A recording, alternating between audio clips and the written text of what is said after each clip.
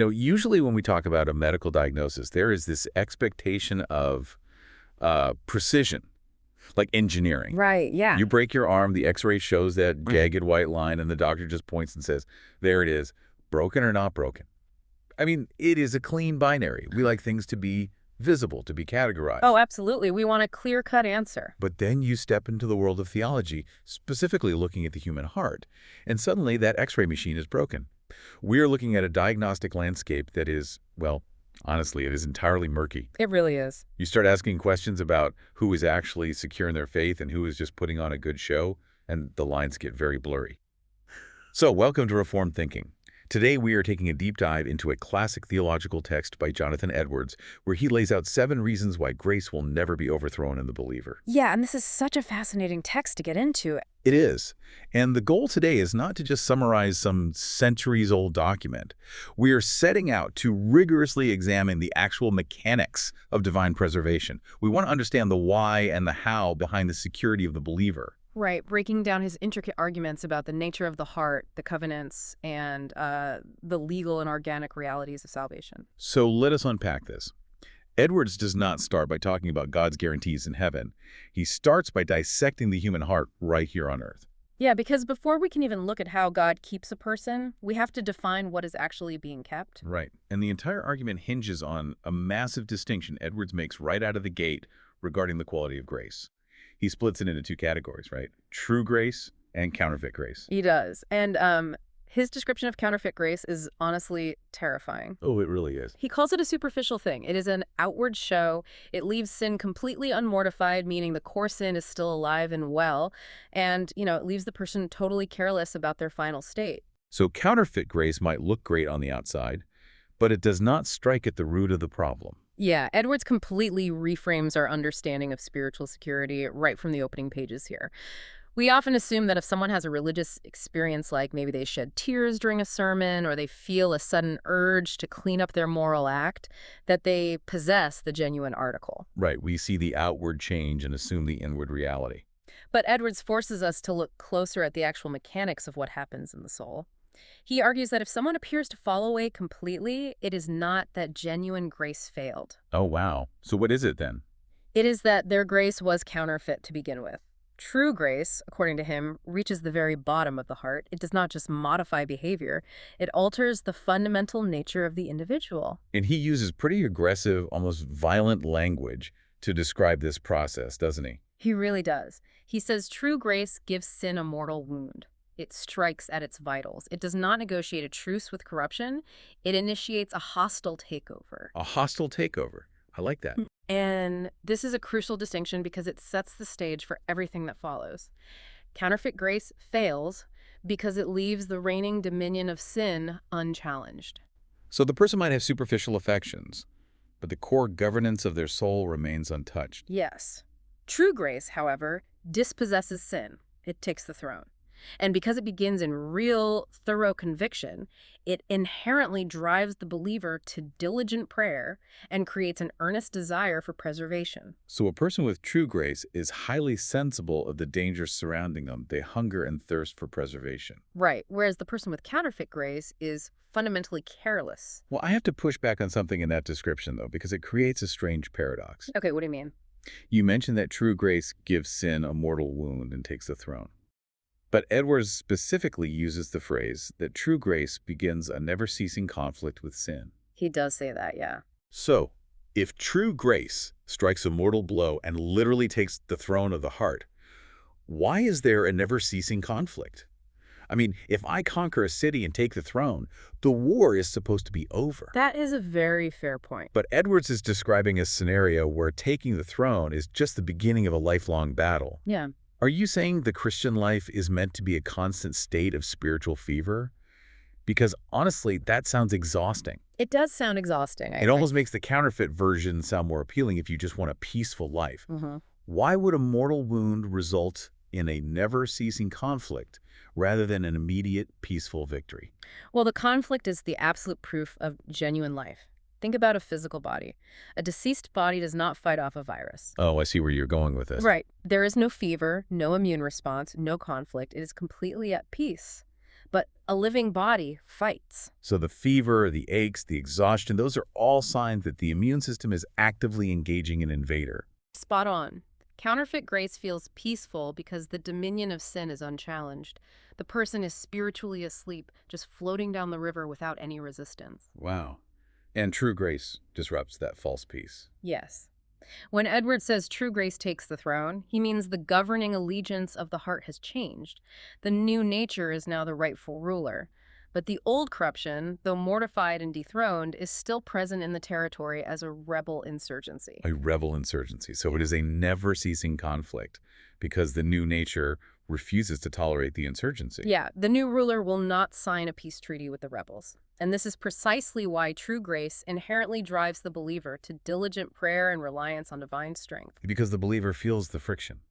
They recognize the insurgency, and it drives them to their knees to look to God for help. Yes, and the person with counterfeit grace does not feel that friction, so they do not see any reason to desperately seek God's sustaining hand. They just assume everything is fine because the surface of the water looks calm. So the friction is the proof of life. If you are exhausted by the fight against your own selfishness or pride, that exhaustion is actually evidence that you are spiritually alive and fighting back. Exactly. I mean, yes, that is the core idea. But here is where Edwards introduces a major pivot in his logic. He spends all this time establishing how resilient and aggressive true grace is, how it takes the throne and fights this war. You would think his logical conclusion would be, therefore, true grace is strong enough to survive anything on its own. You would think so, but he goes the complete opposite direction. He argues that, left entirely to itself, even true grace would fail. He says that nothing in the nature of grace, considered by itself and apart from God's purpose to uphold it, would be sufficient to make sure it continues. Right, and he brings up the absolute ultimate test case for this. Adam and Eve. Yes, our first parents.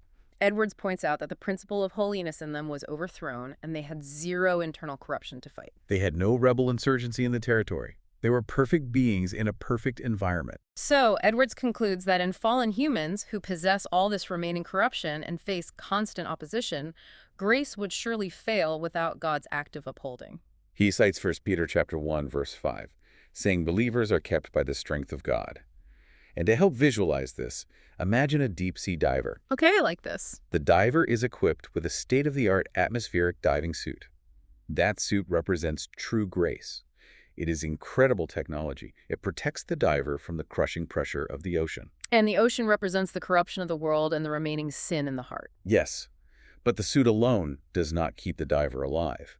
It is the oxygen hose, tethered directly to the ship on the surface, that ensures survival. If that tether is cut, it does not matter how good the suit is, the diver will perish. Edwards is saying true grace is the suit, but God's continuous upholding is the oxygen tether. If we look closely at that analogy, it eliminates human boasting completely. We naturally want to believe that once we are equipped with good habits or a renewed mindset, we can sustain ourselves. Right. We want to trust the suit. We want to look at our own religious performance and conclude that we are sturdy enough to handle the pressure. But Edwards carefully breaks down the theological difference between the principle of grace, which is a created thing implanted in the human heart, and the source of its survival, which is the Creator himself. Because grace is a creature, and no creature is self-sustaining. Only God possesses life in and of himself. Everything else in the universe, including the new spiritual nature within a believer, requires constant, active sustenance from the outside. And Edwards provides an extensive list of scriptural evidence to prove God's guarantee here. He does. He looks at Psalm 37, which says, "Though a good man falls, he shall not be utterly cast down, because the Lord upholds him with his hand." He cites Jeremiah 32 as well, where God promises to make an everlasting covenant and put his fear in their hearts so they will not depart from him. And he quotes Christ in John chapter 6, stating, "It is the Father's will that Christ should lose nothing of all that has been given to him." God is not just offering a possibility of survival. He is making an ironclad promise based on his own character. The believer is kept entirely by God's promise and action, not by the inherent durability of their own renewed habits or the strength of their own willpower. The tether is the only thing keeping the diver alive. So we have established that God guarantees this survival. The oxygen tether is secure, but Edwards does not just leave it at that. No, he wants to show us the architectural blueprints of salvation to prove why God set it up this way. He moves into the specific, logical structures of redemption and covenant theology. His first major argument about the structure is based on the completeness of Christ's work. He argues that if God did not guarantee our perseverance, Christ's redemption would be incomplete. If Christ died only to put humans back into the exact same vulnerable position Adam was in with the possibility of falling again, the entire redemption could be made void. It could all come to nothing. Think about it. Man, when he was completely strong and had no internal enemies, fell. What could a fallen person, with imperfect grace and surrounded by powerful enemies, possibly do if their survival depended on their own ongoing performance? They would utterly fail. Therefore, a redemption that did not secure them from falling would be a very imperfect redemption. And then he brings in the concept of the new covenant. He says the covenant of grace was introduced to supply what was lacking in the first covenant. The first covenant had no defect on God's part. It was holy and just. But it lacked a sure ground of perseverance for the human. The only ground humans had was the freedom of their own will, and that proved unreliable. So, God made a new covenant, ordered in all things and sure, with a head and representative who cannot fail, which is Christ. But I have a real issue with how we are defining the word perfect here. Okay, let's hear it. If the first covenant was, as Edwards says, most holy and just and wise and perfect, why did God design it with a vulnerability? Was it designed to fail? That is a tough question. And seems strange to call a system perfect if it relies on a component of human free will that God knew would break under pressure. Well, the vulnerability was on our part, not God's design. The first covenant was perfect in its justice and its requirement of obedience. So it perfectly reflected God's holy standard. Yes, it was exactly what a perfectly just creator would require of a flawless creature. However, the failure of the first covenant demonstrated the total unreliability of human free will when standing alone. It proved, once and for all, that a creature cannot sustain its own perfection without the direct intervening sustenance of the Creator. Right. It was not that God maliciously designed a trap. Rather, he established a just arrangement that allowed the creature to act according to its own nature. And the failure of that nature sets the stage for the new covenant. The absolute security of the new covenant is magnificent precisely by contrast. Under the first arrangement, the representative head was Adam. He was liable to fail. And he did fail. Under the new arrangement, God replaces that fragile human will with a head and surety that cannot fail. He supplies the missing piece. The new covenant does not rely on your ability to maintain your own status. It relies on Christ's ability to maintain it for you. This is a massive shift in how we understand our relationship with God. It moves us from a precarious state of constant probation into a settled state of guaranteed security, grounded entirely in the perfection of the new representative. If the first covenant had never been tested and broken, humans might forever hold on to the illusion that they could maintain their own righteousness. And the breaking of the first covenant shatters that illusion forever. That concept of a representative head brings us right to how Edwards contrasts grace and works. He shows how relying on human effort to maintain salvation fundamentally breaks the definition of grace itself. It really does. If eternal life is suspended on a person's steadfastness or the strength of their own will to persevere, it reverts back to a covenant of works. It is no longer a covenant of grace. If sovereign grace begins the work, it must finish the work. You cannot have grace start the engine and then demand human effort to keep it running. And this builds directly on the representative idea you just mentioned.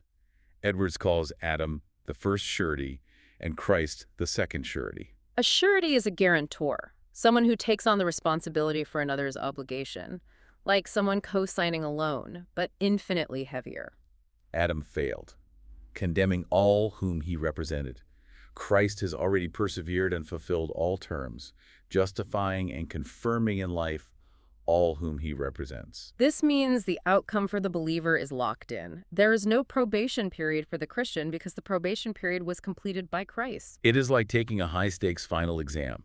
Under the first covenant, Adam took the exam for humanity and he failed. Because he was our representative, everyone failed. Right. Under the new covenant, Christ took the exam and scored flawlessly. If you are a believer, your name is written on Christ's test. You cannot retroactively fail a test that has already been graded perfect. The grading is finished. The professor has already entered the A+ into the system.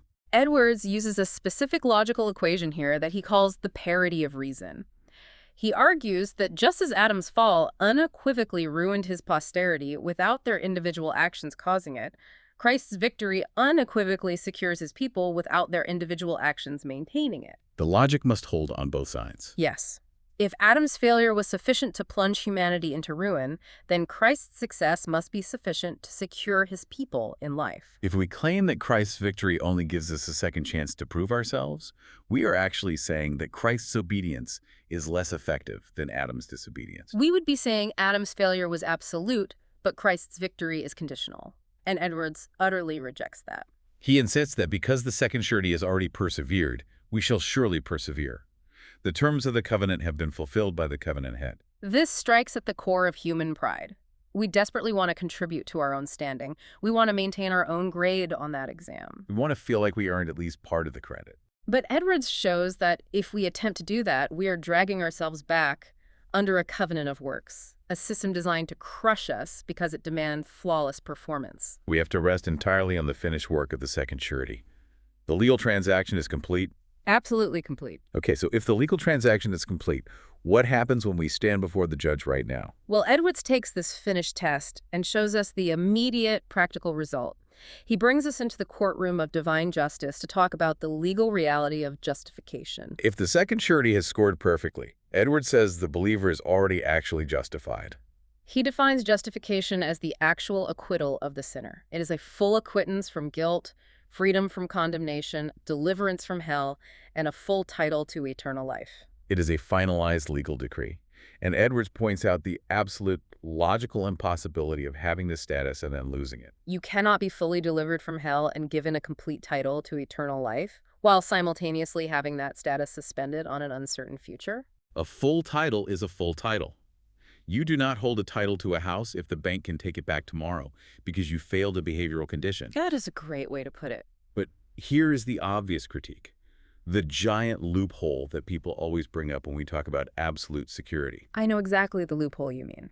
If someone is already fully acquitted, if they hold the irrevocable title to eternal life in their pocket, what stops a person from saying, well, great, the title is mine. Now I can live however I want. The old license to sin argument? Right. I can cheat, lie, steal, and do whatever pleases me because my final destination is locked in.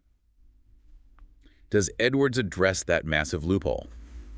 Because if the legal decree is final, human nature will look for a way to exploit it. He absolutely addresses it, and this requires us to connect the courtroom back to our very first point about the anatomy of the heart. Okay, tying it back to true and counterfeit grace. Yes.